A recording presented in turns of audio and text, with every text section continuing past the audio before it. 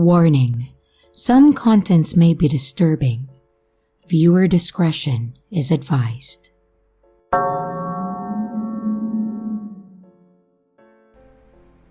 You have got to see this. Throughout all my time on the dark web, I had seen it all. I had seen the strange, I had seen the downright surreal, and I had seen the obvious fakes. Initially, when I first began my journey, it was from a place of intrigue, but as the years passed, I found a place where I belonged.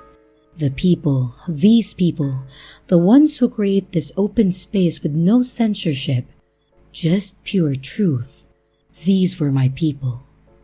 As I said, I had seen it all. That was, right up until that night that I received that message. You have got to see this. The message had come through on an IRC channel for the community that I was a member of. It was not odd to receive unsolicited messages after all. I was well known within my little circle, but the message that followed was anything but normal. Daria, please, this cannot wait. My name? I was a very careful person. There was maybe 2 people within my community that knew the real me, and each one I had fostered a relationship with. I had fostered trust with over countless years. I knew that neither of them would leak the real me, but that was more concerning. The message, it had not come from either one of them. Confused, I clicked onto the message, and before I knew it, my response was already there. Who is this? It was a simple question, and on the surface of it, I expected a simple answer. But looking back now, there was nothing simple about where the conversation would end up. A few seconds passed, and then again, the words were there. Daria, listen, I cannot go into it. We must act quickly. You must see it to believe it. You are in danger. Seeing my name used by a stranger for a second time had less of an impact than the first. After all, my eyes had already been drawn to the only word that mattered. Danger. What are you talking about? Again, a brief pause, and then again, a response. Look, go here. You will not believe this. Usually, I would have seen this for what it probably was, some kind of joke, an attempt at an intrusion, anything but something to indulge seriously. But whoever this person was, somehow, they had found a way through my usual steadfast exterior, and without thinking, I was already clicking on the link which they had provided. My heart skipped slightly as the page loaded and the listings materialized on my screen. People? It was an auction site of sorts. Its layout not that dissimilar to other websites on the conventional web. At least, it was, apart from one key difference. Instead of product, people seemed to be bidding on other people. Each of the listings came with a picture attached of what was on sale, and the pictures, they were taken out there on the street, in public, and by the looks of it, without the person in question knowing about it. Derek Hunter, 28, Michael Matthews, 36, Joanne Price, 21. I scrolled further and further, watching as each auction ended, each for an obscene amount, and the further I fell into the darkness, the more my heart strained. What is this? Whatever it was, it felt wrong. There was nothing visceral about the sight itself, no sign of the impending doom of those auctioned, but it was there, silent, unspeaking, and within a moment, things went from terrible to even worse. Me?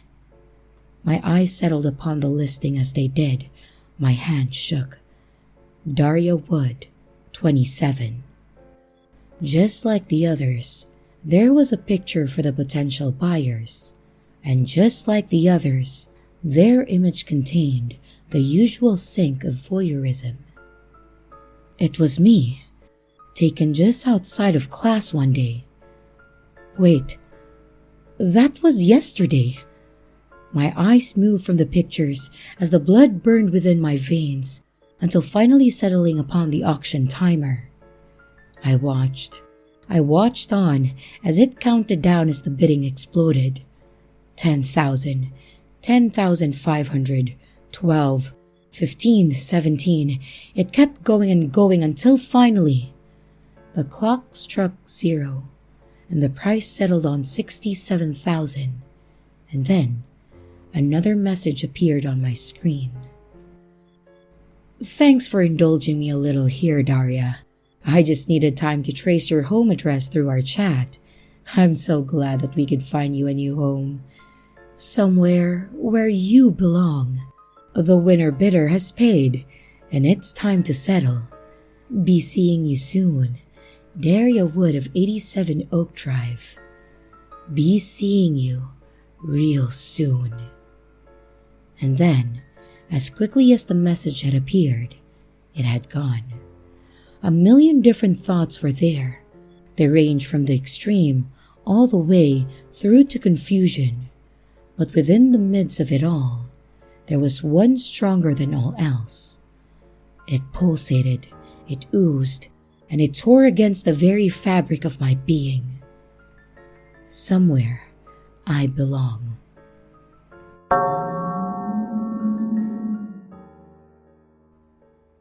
Roulette. We all know the game. Place your bets and let the chips fall where they may. If only I had known just how literal that would be. I had always browsed the dark web ever since I was a teenager. I guess I was one of those kids. You know the kind, the one that you never spoke to in school. The tech kid, a little too into computers and not enough into girls. You know the kind. That was me. I was raised on Reddit and educated on 4chan. The boards were my grounds and the anonymous my peers. The darkest corners of the internet, just below the normal internet, they were my playground, and over time, I had seen it all. And none of it shocked me. I suppose you grow accustomed to it, you know. You kind of become, what's the word? Desensitized? Of course, there was the usual darkness that comes from unfiltered power, but there was also unfiltered knowledge, and that is what kept me coming back for more.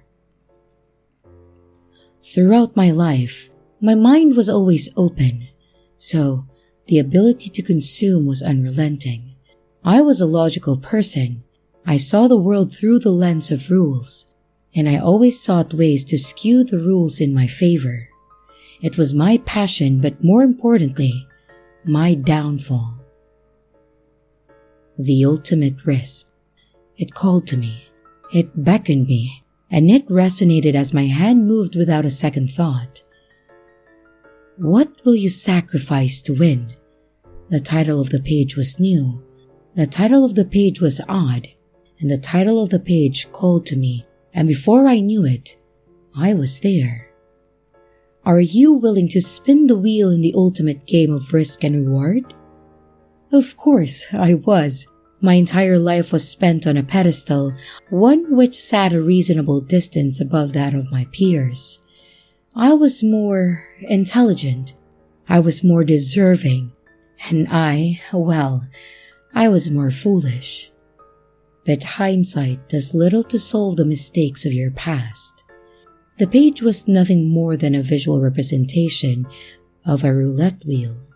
On it, around the circumference of the wheel, the usual arrangement of letters and colors, but with one key difference. The 0 had been replaced simply with the word win. But What do I win? What are the stakes? My eyes scanned the page for instruction, for some kind of explanation, for anything that would explain the rules, but there were none. A reasonable person would have clicked off the page. A reasonable person would not agree to a bet without knowing the stakes, but there I was, anything but a reasonable person.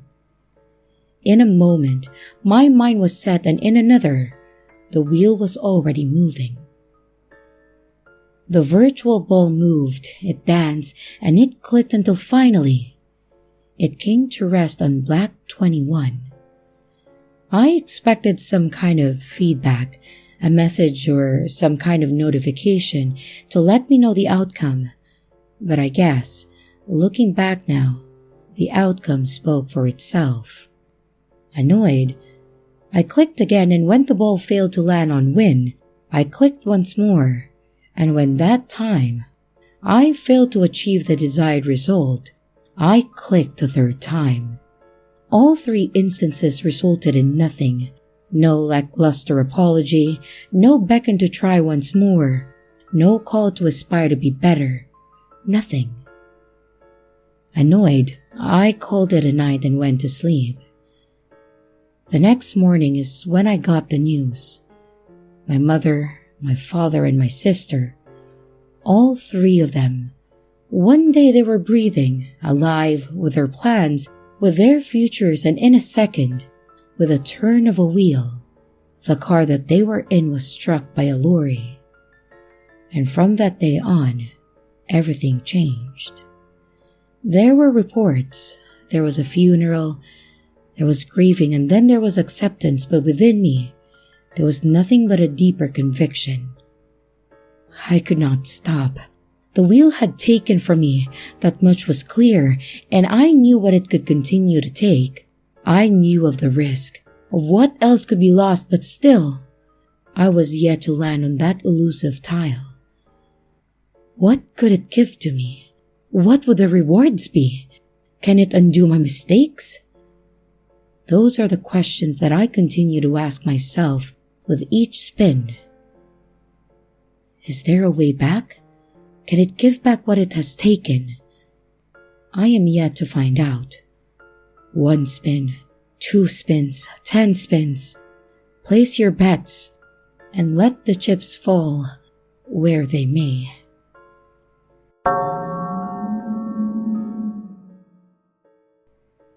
I don't know what I was thinking really. I had been drinking with friends and got home drunk. I decided to open Tor, and one link led to another. I ended up on a marketplace website that was selling all sorts of shady shit. I could buy my own weight in cocaine if I saw fit, and had the money. Though, something caught my interest. A posting said, "Mystery box made to order, $250. I read the description, which listed what it could contain. A brand new iPad. That was it. That was the thing that made me send $250 worth of Bitcoin to some random guy in some random place on the internet. I had vague memories of sloppily messaging the seller that I really wanted the iPad. Oh, God, I remember sending them an extra $50 to sweeten the deal. What a dickhead. When I woke, my head hurt. I had a full-blown migraine. It wasn't until I had breakfast, showered, and opened up my laptop that I remembered. My heart sunk. I didn't have money to waste on shit like that, but I did. I clicked the button to message the seller to tell them that I changed my mind, but nothing happened. I refreshed the page, and as you can guess, the listing wasn't found. Now, I didn't think myself to be an idiot.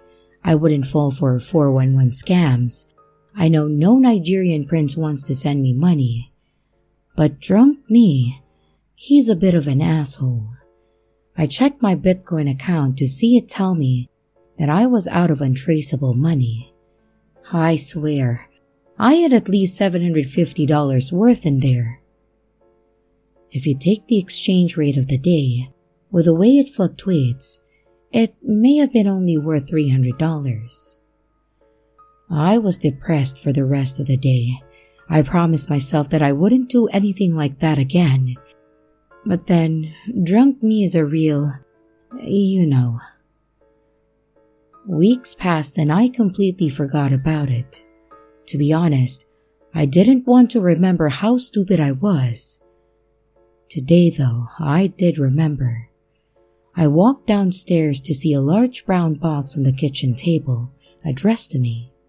My dad must have received it from the mailman when he was getting ready for work. I stared at it, shocked to see that it actually arrived. I picked it up, the weight was lopsided, but it was heavy. That was a good sign, I guess. At least, it wasn't filled with packing chips. I pulled off the tape and opened it up to reveal a lot of packing chips. I chuckled to myself before plunging my hand in. I pulled out an anonymous red sweater. I held it to my face. It smelled of perfume. It was used, and I was slightly disgusted. But what did I expect from the dark web? I placed it on the table next to me. The next item was a set of keys. I examined them, and I wondered why on earth that was part of this parcel. It was literally like the guy just shoved some random things into a box and set it off. I was beginning to feel ripped off. I placed my hand in again and pulled out a small bag with a note attached to it. I knew what it was before I read it. I was excited. A little thing to make the time pass more calmly was written in Sharpie. It was a good amount of weed. I'd never bought drugs off the internet. I opened the bag to see if it was the real deal, and that strong, skunky smell rose up. I took a deep breath and sighed. I'd say it was $70 worth, give or take, and I pushed it into my back pocket, worried that my mom could be up in any minute and then catch me with it. I was intrigued to see what was remaining. Maybe I'd make my money back yet. The next item was a small wooden box. I opened it to see a few pieces of silver jewelry. I checked each one, having no idea if it was worth anything. There were 2 necklaces and 2 rings. I wondered if these were stolen or bought from a pawn shop, and I placed it next to the red top. The next was another baggie, with another note written in Sharpie. "You'll need this, trust me." I was a little anxious when I read the note and saw a small box of Xanax inside. What the hell did I need anxiety medication for? I was not one to dabble in prescription drugs. Weed and a little mushroom was all I needed. I knew some friends who'd pay good money for that. I had no idea how much they were worth though. I'd looked it up later. I assumed $50, so that was worth $130 so far. And to be fair, for something off the dark web, if I only lost around half my money, I should count myself lucky. I finished the round in the box again, and I couldn't feel anything else. I picked it up to feel if it was still heavy, so I placed it down again and stood up. I reached all the way to the bottom and felt something large and slender. I pulled it out and it was a freaking iPad. Holy shit! Jackpot! It was slightly scratched, but it wasn't a first generation. It was light and thin. It was at least an Air, and I was stoked. It was then my mother popped her head around the corner. "Hey, honey, did you get a package?" "Yeah," I said, suddenly aware that I could smell the weed in my back pocket. "Hey, you found my sweater," she said, delighted. Where was it? Was all I mustered. She picked it up and unconsciously the keys too. She walked away. I sighed, worried that she would smell the drugs. What's that? She said, turning.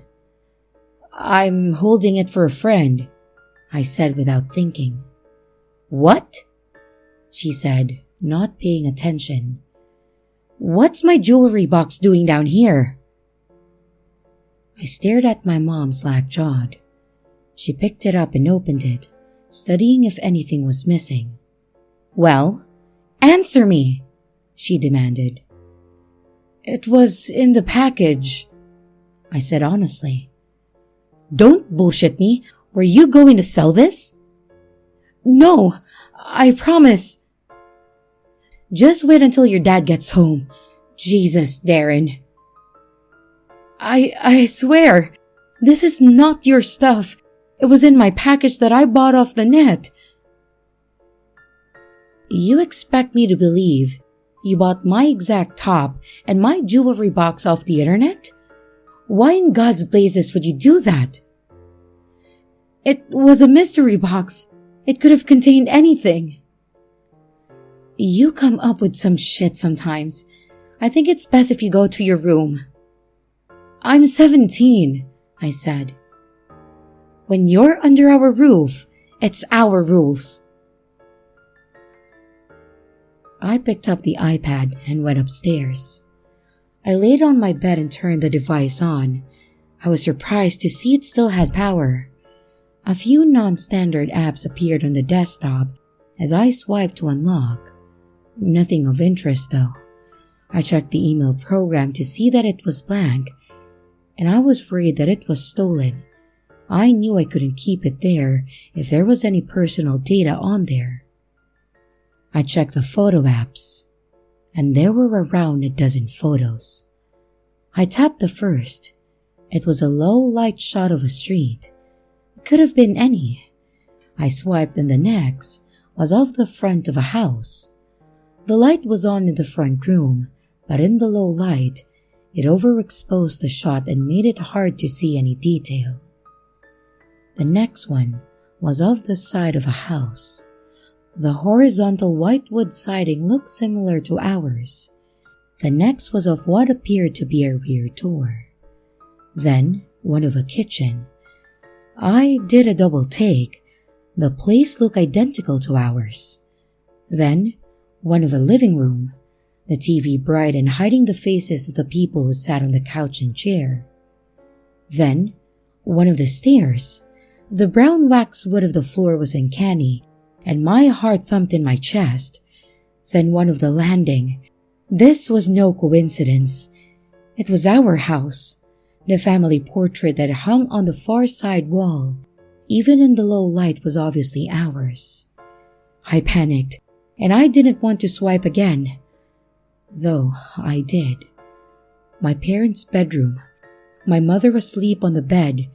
The bed covers pulled taut. The next view, the covers being pulled back gently. My mother pulled her legs up from the sudden cool air.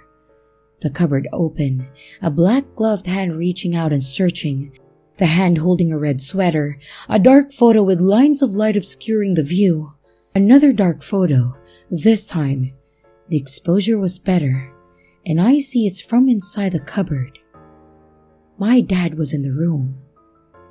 The next, my dad getting into bed next to my mother. Then, one of the bed, my parents sleeping. I swipe again and saw the covers pulled back. Whoever it was doing this wanted to be caught. I was sure of it. And after that, in the hallway again, the black gloved hand holding the jewelry box outstretched. Only one photo remained, and it was above a bed with someone sleeping below. It was me. My blood ran ice cold. I threw the iPad to the floor, hearing it crack against the side of my desk. No, no, no, I said to myself. I leaped up and saw the screen stare back at me with a rainbow mosaic of broken LCD and glass. What was I going to tell my parents? They'd never believe me. I pulled the bag of pills out of my back pocket and read the note again. You'll need this, trust me. I turned it over to read a date.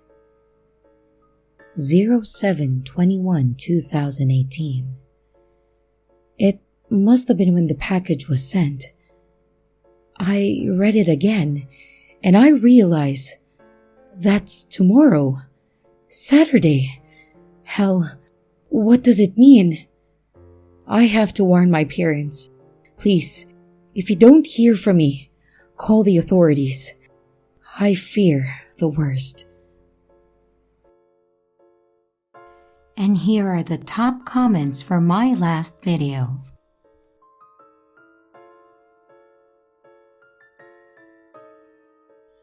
And here's the riddle for this video.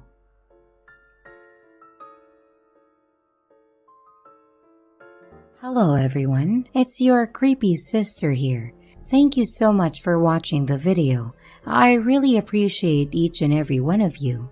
But I would also like to thank my amazing patrons, my top tippers, and my dearest channel members.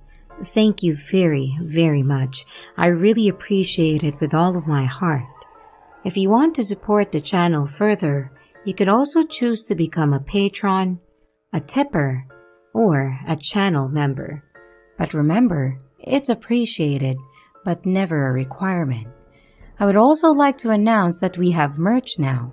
The link is in the description of the video, along with all my other social media links, like my Discord server, Twitter, Instagram, and others. You can connect with me and send your stories there. And don't forget to like and subscribe if you haven't yet, and comments are highly appreciated. And remember, your fear feeds me.